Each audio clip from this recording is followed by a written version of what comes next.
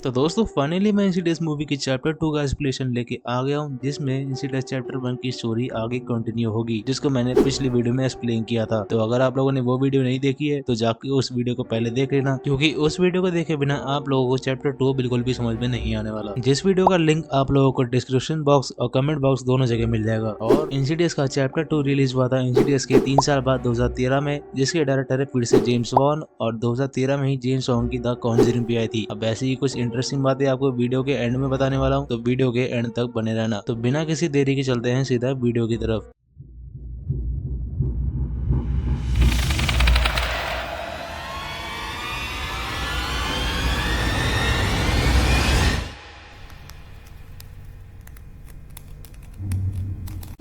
तो मूवी की opening scene में हमें 1986 की कहानी दिखाई जाती है, जिसमें हमें लैम्बर्ट हाउस दिखाया जाता है, जिसमें रहती है लॉरिन और उसका बेटा जॉस। अब बेसिकली ये जॉस की बैक स्टोरी हमें दिखाई जा रही है, जब वो ब्राइड जॉस के पीछे लगी हुई थी, जिसके बारे में पता लगने पे लॉरिन ने एलिस को बुलाया होता है, जहाँ पे हम कार्ल को भी देख पाते हैं। फिर लॉरिन एलिस को जॉस की फोटोज दिखाती है, जिसमें वो ब्राइड जॉस के करीब आती जा रही थी, और ये चीज हमने इंसिडेंट चैप्टर 1 में सुन रखी है। अब वो फोटोज देख के एलिस तुरंत काम पे लग जाती है, जहाँ वो जॉस को हिप्नोटाइज करती है, और ये सब कार्ल रिकॉर्ड कर रहा होता है। जहाँ जॉस उसे बताता है कि एक ब्राइड उसे रात में मिलने आती है, और एलिस पूछती है कि वो इस वक्त कहाँ पे है, और वो नहीं बता पाता। अब फिर एलिस खुद जॉस की मदद से उस ब्राइड को ढूंढती है, जहाँ पे जॉस को सेंस करके ये बताना था कि वो जगह वार्म है या फिर कोल्ड, और जो जगह ज्यादा वार्म होगी इसका मतलब होगा कि वो ब्राइड वहीं पे होगी। अब पूरे घर में छानबीन करने के बाद एलिस को वो जगह मिल जाती है, जो कि थी जॉस के कमरे की अलमारी। अब जैसे ही एलिस अलमारी की तरफ हाथ बढ़ाती है, वो ब्राइड उसका हाथ चीर देती है, जहाँ पे वो उस कमरे से नीचे आती है और वो लॉरिन को सब कुछ बता देती है, जहाँ पे वो बताती है कि वो जॉस की कोई दोस्त नहीं है, बल्कि वो उसकी बॉडी में रहना चाहती है। अब जब एलिस ये सब लॉरिन को बता रही थी, तभी जॉस खड़ा होता है और वो अपना मुंह पीछे करके बोलता है कि मैं तुम्हें दिखाता हूँ, और फिर वो एक डोर की तरफ इशारा करता है, जहाँ पे वो डोर अपने आप खुल जाता है। और ये चीज एलिस को समझ में नहीं आती और ना लॉरिन को, और वो ठीक ऐसा करती भी है, जिस वजह से जॉस उस ब्राइड के चंगुल से बच जाता है। अब जो बात लॉरिन ने जॉस को इंसिडियस चैप्टर 1 में बताई थी, वो चीज हमें दिखा दी गई, और ये होता है मूवी का इंट्रो।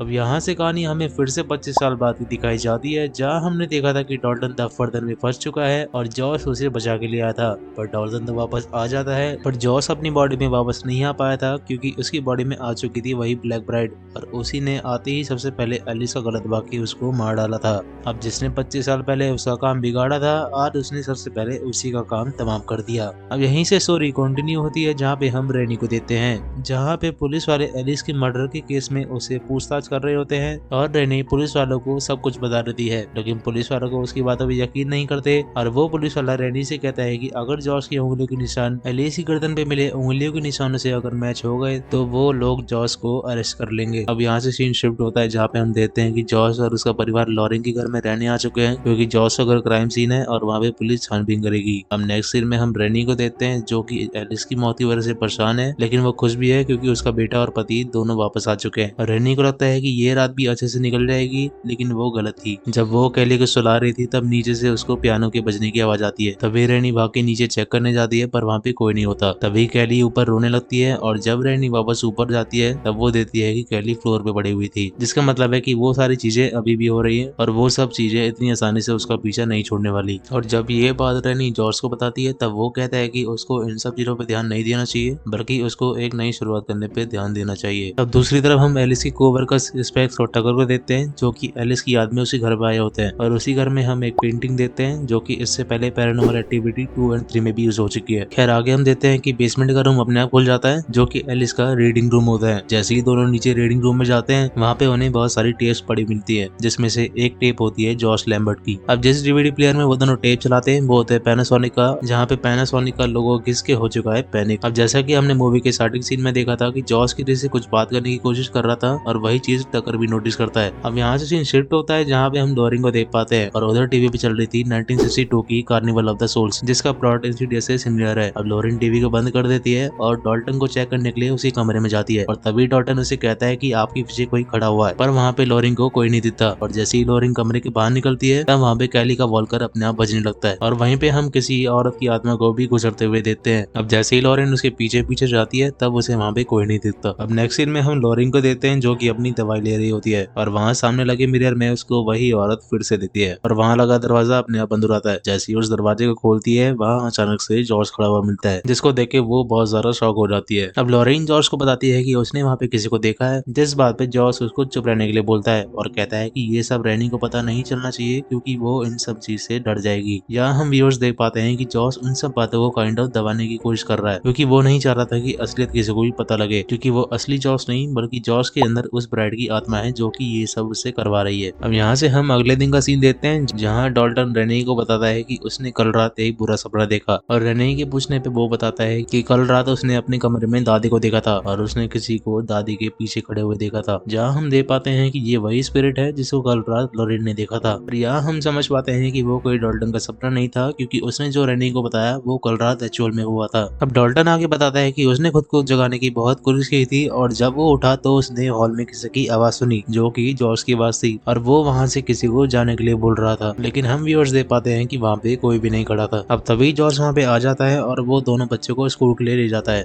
और यहाँ पे सीन कट हो जाता है। अब अगली सीन में हम लॉरेन को देखते हैं जो कि स्पेक्स और टकर के पास मदद मांगने के लिए आई होती है, जहाँ वो उन्हें बताती है कि जिसने एलिस को मारा था वो स्पिरिट अभी भी उनके परिवार के पीछे पड़ी हुई है और वो लोग उसे अभी भी आजाद नहीं हुए हैं और इसलिए वो उन दोनों से मदद चाहती है। अब तभी वो दोनों लॉरेन को नीचे बेसमेंट में ले जाते हैं जहाँ टकर उसे जॉर्ज की बचपन की फोटोज दिखाता है, जहाँ हम देख पाते हैं कि जॉर्ज जिसे वो कुछ बताने की कोशिश कर रहा था वो और कोई नहीं बल्कि खुद जॉर्ज ही था। जिस बात पे लॉरेन बहुत ज्यादा शॉक हो जाती है क्योंकि जॉर्ज के बचपन में जॉर्ज का बड़ा वाला वर्जन वहाँ पे कैसे हो सकता है, जिस बात का जवाब सिर्फ एलिस दे सकती थी। और ये बात सुनते ही टकर कार्ल को बुलाता है और दूसरी तरफ रेनी को पुलिस वाले का कॉल आता है जो कि बताता है कि एलिस के गले पे जो फिंगरप्रिंट है वो जॉर्ज के फिंगरप्रिंट से मैच नहीं होते, जिसका मतलब है कि जॉर्ज की आत्मा के जाते ही उसकी बॉडी की पहचान भी उससे छिन गई, जिस वजह से ही उसके फिंगरप्रिंट्स मैच नहीं हुए। अब रेनी का तो पता नहीं, लेकिन इसी बीच हम उसी व्हाइट ड्रेस वाली लेडी को देख पाते हैं जो कि कुछ समय बाद रेनी के सामने खुद ही आ गई, जिसे देख के रेनी बहुत ज्यादा डर जाती है। और तभी वो लेडी पहुंच चुकी थी कैली के रूम में और जैसे ही रेनी कैली के रूम में भाग के जाती है वो दरवाजा अपने आप बंद हो जाता है, जहाँ पे वो लेडी कैली को थप्पड़ मार रही होती है, लेकिन रेनी जोर लगा के उस दरवाजे को खोल लेती है, लेकिन वहाँ पे कोई भी नहीं होता। फिर अचानक से कैली की आवाज नीचे वाले रूम से आती है जहाँ पे रेनी दोबारा से भाग के नीचे जाती है, लेकिन वहाँ पे भी फिर से कोई नहीं होता। अब रेनी कैली को ढूंढ ही रही होती है, तभी वो व्हाइट ड्रेस वाली लेडी तगड़ा जंप स्केयर देते हुए रेनी के सामने आ जाती है और उसे थप्पड़ मार के बेहोश कर देती है। अब दूसरी तरफ हम देख पाते हैं कि कार्ल पहुंच चुका है एलिस के घर में, जो कि अपने डाइस की मदद से एलिस से कांटेक्ट करने की कोशिश करता है और कार्ल का कांटेक्ट एलिस से हो भी जाता है। और जब कार्ल एलिस से पूछता है कि तुम्हारा कातिल कहाँ मिलेगा तो उस डाइस में लिखा आता है अवा लेडी एंजल्स, जिस बात पे लॉरेन कहती है कि ये एक हॉस्पिटल था जहाँ पे वो काम किया करती थी और वो लोग उसी हॉस्पिटल में तुरंत पहुंच जाते हैं। अब इस हॉस्पिटल को हमने हैलोवीन 2 में भी देख रखा है और ये हॉस्पिटल 30 से भी ज्यादा मूवीज में यूज हो चुका है। खैर अब छानबीन करते हुए कार्ल को एक रूम मिलता है जिसमें उसको कुछ फील होता है, जिस बात पे लॉरेन बताती है कि ये एक आईसीयू था। और फिर इसके बाद हमें दिखाई जाती है बैक स्टोरी, जहाँ हम लॉरेन और जॉर्ज को देख पाते हैं जो कि उसी हॉस्पिटल में आए होते हैं। लॉरेन एक मरीज को चेक करने के लिए जाती है और जॉर्ज को बोलती है कि वो किसी भी चीज को हाथ ना लगाए, पर तभी हम उसी मरीज को देखते हैं जो कि अचानक से उठ खड़ा हुआ था और वो जॉर्ज को पकड़ के जोर से चिल्लाने लगता है। अब फिर से हम कुछ दिन बाद लॉरेन को देखते हैं जो कि लिफ्ट से नीचे जा रही होती है और तभी वही मरीज उसी लिफ्ट में चढ़ जाता है। अब तभी लिफ्ट से निकल के लॉरेन उस रिसेप्शन पे जाती है जहाँ पे वो पूछती है कि रूम नंबर 104 का पेशेंट बाहर की घूम रहा है, जिस बात पे वो रिसेप्शनिस्ट बहुत ज्यादा डर जाती है और वो उससे बोलती है कि उस पेशेंट का नाम पार्कर है जिसने कल सुबह ही हॉस्पिटल की खिड़की से छलांग लगा के अपनी जान दे दी, विच मीन्स कि लॉरेन ने जिस पार्कर को लिफ्ट में देखा था वो पार्कर नहीं बल्कि उसकी आत्मा थी। अब साथ में हमें यह भी पता लगता है कि पार्कर करेन ने खुद के जेनेटर्स काट के खुद को नपुंसक बनाने की कोशिश की थी, जिस वजह से ही उसको यहाँ पे लाया गया था। अब यहाँ से सीन शिफ्ट होता है जहाँ हम जॉर्ज को देखते हैं जिसका एक दांत टूट के बाहर आ गया होता है और सामने वाले मिरर में हम उसी व्हाइट ड्रेस वाली लेडी को देखते हैं जो कि उसे कहती है कि तुम्हारी मरी हुई आत्मा भी उसकी जिंदा शरीर को मार रही है, जिसका मतलब था कि जॉर्ज की बॉडी में उस ब्राइड की आत्मा होने की वजह से उसका शरीर सड़ रहा है। और वो लेडी कहती है कि अगर तुम जीना चाहते हो तो तुम्हें जॉर्ज के पूरे परिवार को मारना होगा, जिस बात पे जॉर्ज बोलता है कि वो ऐसा नहीं कर सकता और वो उस आत्मा को मॉम बोलता है, यानी कि वो व्हाइट ड्रेस वाली लेडी उस ब्राइड की माँ थी। अब दूसरी तरफ रेनी को होश आ चुका था और वो बहुत ज्यादा परेशान थी, जिस बात पे जॉर्ज उसे संभालता है और तभी उसे नीचे से पियानो के बजने की आवाज आती है। पर एज यूजुअल वहाँ वहाँ पे कोई नहीं होता। तभी रेनी खुद उस पियानो को बजाने लगती है और वहीं पे वो गाना बजाती है जो कि उसने जॉर्ज के लिए लिखा था। पर जॉर्ज उस गाने को नहीं पहचान पाता और पहचानेगा भी कैसे, क्योंकि वो असली जॉर्ज है ही नहीं। और इसी रीजन की वजह से रेनी को उसके ऊपर शक होने लगता है। अब दूसरी तरफ हम लोरेन और बाकी सबको पार्कर ग्रीन के घर में जाते हुए देखते हैं, जहाँ उन्हें बहुत ज्यादा स्मेल भी आ रही होती है। अब छानबीन करते वक्त टकर और स्पेक्स को पार्कर ग्रीन का कमरा दिखता है, पर स्पेक्स इस बात पे मना कर देता है कि ये पार्कर ग्रीन का कमरा नहीं हो सकता, क्योंकि ये कमरा किसी लड़की के कमरे जैसा लग रहा था और वहाँ पे सिर्फ लड़कियों के खिलौने पड़े हुए थे। और फिर जब वो दोनों उस कमरे से बाहर निकल रहे होते हैं तभी उन्हें एक लड़के की आत्मा दिखाई देती है, जो कि लड़की के कपड़े में होता है और उसने लड़कियों वाले नकली विग भी लगा रखे होते हैं। और वो लड़का उन दोनों से कहता है कि तुम्हें यहाँ पे नहीं होना चाहिए, क्योंकि अगर उसने तुम्हें देख लिया तो वो मेरे हाथों तुम्हें मरवा देगी। अब दूसरी तरफ हम डाल्टन को देखते हैं, जिससे कोई लड़की बात करने की कोशिश करती है और वो कहती है कि उसकी मदद करे और हम वो हैं जिनको उसने मारा और हम बहुत सारी हैं। और तभी अचानक डाल्टन के सामने बहुत सारी आत्माएं आके खड़ी हो जाती हैं, क्योंकि डाल्टन अपनी बॉडी से बाहर निकल गया था और वो सारी आत्माएं लड़कियों की थी। और जैसे ही वो सारी आत्माएं डाल्टन की बॉडी में घुसने की कोशिश करती है तभी डाल्टन अपनी बॉडी में वापस आ जाता है और उसी टाइम वहाँ पे रेनी भी आ जाती है, जो की समझ जाती है कि यहाँ पे सच में कुछ बुरा हो रहा है। अब दूसरी तरफ हम जॉर्ज को देखते हैं, जो की उसी पियानो वाले रूम में बैठा होता है और वो किससे बात कर रहा होता है। वो जिससे बात कर रहा होता है वो होती है जॉर्ज की असली आत्मा, जहाँ हम समझ पाते हैं कि वो पियानो जॉर्ज बजा रहा होता है ताकि वो रेनी तक पहुंच सके। दूसरी तरफ कार्ल अपनी डाइस की मदद से एलिस की आत्मा से पूछता है कि वो उन्हें यहाँ पे क्यों लेके आई है, जहाँ पे डाइस पे लिखा था है कि तुम्हारी मौत के लिए। जिस बात पे कार्ल समझ जाता है कि ये एलिस नहीं है बल्कि उसी लेडी की आत्मा है जिसको लॉरेन ने अपने घर में देखा है। और इतनी देर से वो लोग उसी व्हाइट ड्रेस वाली लेडी की आत्मा से बात कर रहे थे, न कि एलिस की आत्मा से। और वहाँ पे एक फोटो भी रखी होती है जहाँ पे पार्कर के पीछे वही व्हाइट ड्रेस वाली लेडी खड़ी होती है, जहाँ पे लॉरेन पहचान जाती है कि ये वही लेडी है जिसने उसको अपने घर में देखा है। अब इतने में ही स्पेक्स और टगर को मिल जाता है एक सीक्रेट रूम, जिसमें से बहुत बड़ी स्मेल आ रही होती है। अब दोस्तों यहाँ से आपके सभी सवालों के जवाब मिलने शुरू होंगे। उस रूम में हम देख पाते हैं कि बहुत सारी लड़कियों की कवर डेड बॉडीज पड़ी हुई है जिनको पार्कर क्रेन ने मारा था। और वहाँ पे ब्लैक कलर का वही ड्रेस भी पड़ा हुआ था जिसको छूने से कार्ल को उसके पीछे की स्टोरी पता लगती है। कार्ल बताता है कि पार्कर क्रेन ने ही उस गाउन को पहन के उन सभी लड़कियों को मारा था, लेकिन वो कभी पकड़ा नहीं गया क्योंकि सारी लाशें तो यहाँ पे पड़ी हुई थी। और वो ब्राइड जो कि जॉर्ज के अंदर है वो और कोई नहीं बल्कि पार्कर क्रेन ही है। और यही रीजन था कि उन सब लड़कियों की आत्माएं डाल्टन के घर में थी, क्योंकि पार्कर की आत्मा भी उसी घर में थी जो कि जॉर्ज के अंदर है। और पार्कर ने जॉर्ज को तभी चूज कर लिया था जब उसने उसको हॉस्पिटल में देखा था, और जॉर्ज की वजह से ही वो मर के आत्मा बना, क्योंकि वो एक बार फिर से अपना बचपन जीना चाहता था, क्योंकि उसके बचपन को खराब किया था उसी की माँ ने, क्योंकि उसे चाहिए थी लड़की पर उसको हुआ लड़का, जिस वजह से वो पार्कर को लड़की की तरह बन के रहने के लिए फोर्स करती थी। और जब वो मर गई तब भी उसका उसने पीछा नहीं छोड़ा और उसी के कहने पे पार्कर सारी मर्डर्स करता था। और अभी भी वही उसको सारे ऑर्डर्स दे रही थी जॉर्ज की फैमिली को मारने के लिए। और ये था पूरा प्लॉट। उम्मीद है आप लोगों को अच्छे से समझ में आ गया। अब पार्कर की माँ ने उसे ना ही जीते जी जीने दिया और ना ही मरने के बाद। और यहाँ इतनी डीप बैक स्टोरी लिखी गई है जिसकी तारीफ तो बनती है कि किसी आत्मा के ऊपर एक और आत्मा का कहर है, जो कि एक आत्मा के कहने पे ये सारे काम कर रही है। और ऐसा ही कुछ हमने कॉन्जरिंग 2 में भी देखा है, जिसमें दानन के कहने पे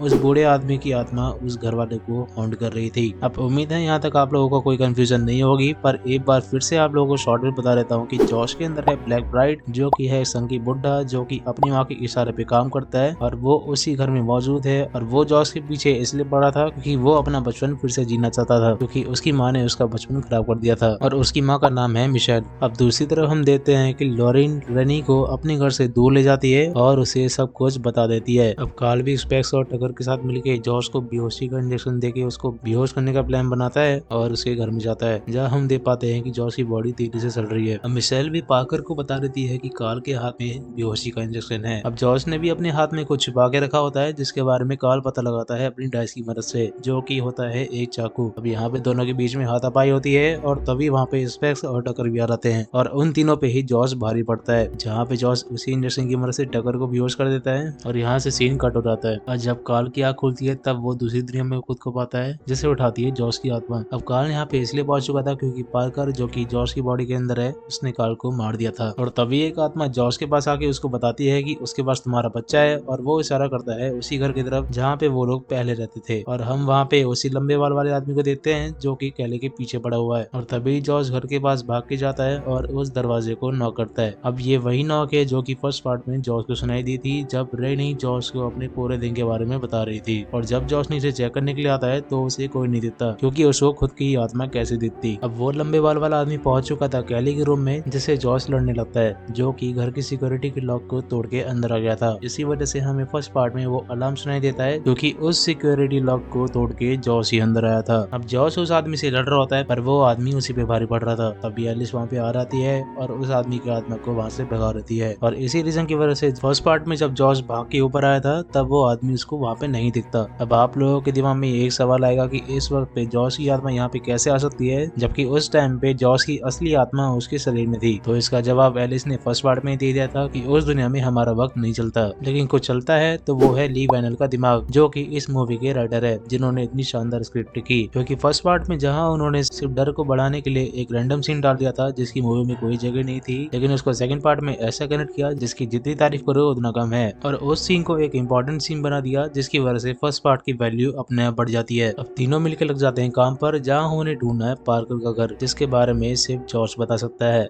लेकिन ये वाला जॉर्ज नहीं बल्कि 25 साल पुराना वाला जॉर्ज। अब वो तीनों जॉर्ज के पास जाते हैं और जहाँ पे ओल्ड वाला जॉर्ज यंग वाले जॉर्ज से पार्कर का पता पूछता है। अब दोस्तों पार्कर और ब्राइड एक ही है तो दोनों में कंफ्यूज मत होना। और जब ओल्ड वाला जॉर्ज यंग वाले जॉर्ज से ये सब पूछ रहा था तभी वो वहाँ सामने लगे उस कैमरे में रिकॉर्ड हो गया था और इसी वजह से हम उस क्लिप में बड़े वाले जॉर्ज को छोटे वाले जॉर्ज के पीछे खड़ा देते हैं जिसको टकर ने लोरिंग को दिखाया होता है। और ये वही सीन है जब छोटे जॉर्ज ने उस जॉर्ज को कहा था कि मैं तुम्हें दिखाता हूँ और जब वो गेट की तरफ इशारा करता है तो उस गेट को जॉर्ज ने ही खोला था, जहाँ एलिस को समझ में आ रहा था कि आज से 25 साल पहले वो गेट कैसे खुला था। अब सबसे बेहतरीन लिखाई किसे कहते हैं, ये मूवी इसका जीता जाता सबूत है और इस सीन तक मूवी एक अलग लेवल तक जा चुकी है। खैर अब उस गेट को खोलने के बाद उन्हें दिखता है एक रेड डोर जिसको पार करके मिलेगा उन्हें पार्कर का घर। अब यहाँ से सीन शिफ्ट होता है जहाँ पे हम जॉर्ज को देखते हैं जो कि लॉरेन और रेनी को मारने के लिए उनका घर में वेट कर रहा होता है और जैसे ही वो दोनों घर में आती है तो उन दोनों को मारने के लिए वो उनके पीछे भागता है और लॉरेन को एक कमरे में बंद करने के बाद वो रेनी को मारने के लिए उसके पीछे भागता है और जब वो उसको लगभग मारने वाला होता है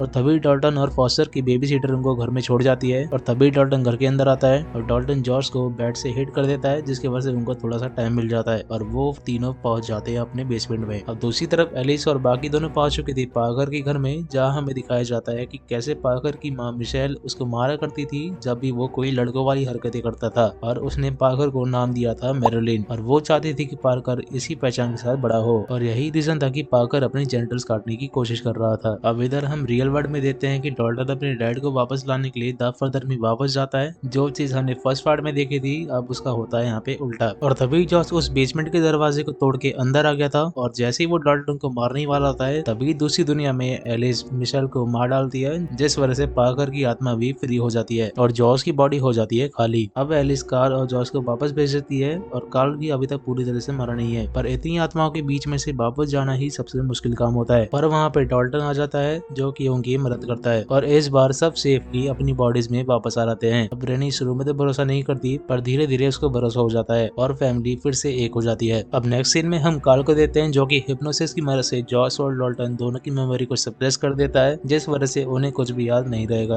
और यहाँ तक कि दोनों अपनी एबिलिटीज के बारे में भी भूल जाएंगे और यहाँ से दोनों नई शुरुआत करेंगे। अब नेक्स्ट सीन में हमें दिखाया जाता है कि स्पेक्स और टकर एक घर में गए हैं क्योंकि एक एलिसन नाम की बच्ची बिल्कुल डॉल्टन की तरह ही कोमा में चली गई है और वहाँ पे एलिस भी आई होती है जिसे सिर्फ एलिसन की बहन एनी देख पाती है जो कि जेना ओर्टेगा है जो कि आजकल वेडनेसडे के लिए फेमस है। अब एलिस एलिसन के सामने जाती है जहाँ उसे उसके पीछे कोई परछाई दिखती है जिसे देख के वो बहुत ज्यादा घबरा जाती है। अब वो परछाई और कोई नहीं बल्कि होता है वही रेड फेस डीमन जिसने अपना नया शिकार ढूंढ लिया है और मूवी यहीं पे खत्म हो जाती है। तो दोस्तों ये था इंसिडियस मूवी का सेकंड पार्ट जिसकी जितनी तारीफ की जाए उतना कम है और नो डाउट ये सबसे बेहतरीन मूवीज में से एक है। अब ये मूवी फर्स्ट पार्ट के मुकाबले हॉरर में तो कम है पर राइटिंग के मामले में फर्स्ट पार्ट से भी कहीं ज्यादा ऊपर है और ऐसी लिखाई वाली हॉरर मूवी आपको बहुत कम देखने को मिलेगी जिसपे इतनी मेहनत की गई हो। बाकी ओवरऑल मूवी ग्रेट है और ये दोनों मूवी सबसे ऊपर रहेगी जिसका श्रेय जाता है सिर्फ जेम्स वॉन को और ली वैनल को। अब इंसिडियस मूवी का जो सबसे बेस्ट पार्ट था वो यहीं तक था क्योंकि इसके बाद मूवी का डाउनफॉल स्टार्ट है और रही बात इंसिडियस पार्ट 3 और 4 की, वो इंसिडियस फ्रेंचाइज का प्रीक्वल है जिसमें हमें एलिस की पहले की स्टोरी दिखाई जाएगी और उन्हें मैं पार्ट 5 के बाद एक्सप्लेन करूंगा और इसके 5th पार्ट में हमें फिर से लैम्बर्ट फैमिली दिखाई जाएगी जिसमें पार्ट 2 के बाद की स्टोरी कंटिन्यू होगी। अब अगर आप लोग यहाँ तक वीडियो में बने हुए हैं तो वीडियो को लाइक किए बिना मत जाना और चैनल को भी जरूर से सब्सक्राइब कर लो ताकि आप आने वाला पार्ट मिस ना कर दें। अब अगर आप लोगों को कोई भी डाउट है तो कमेंट सेक्शन में जरूर बताना और अगर कोई भी ओपिनियन या फीडबैक है तो वो भी आप कमेंट सेक्शन में जरूर बता सकते हैं। मैं मिलूंगा आपसे अगले हफ्ते इंसिडियस के 5th पार्ट के साथ। तब तक के लिए thanks for watching and take care.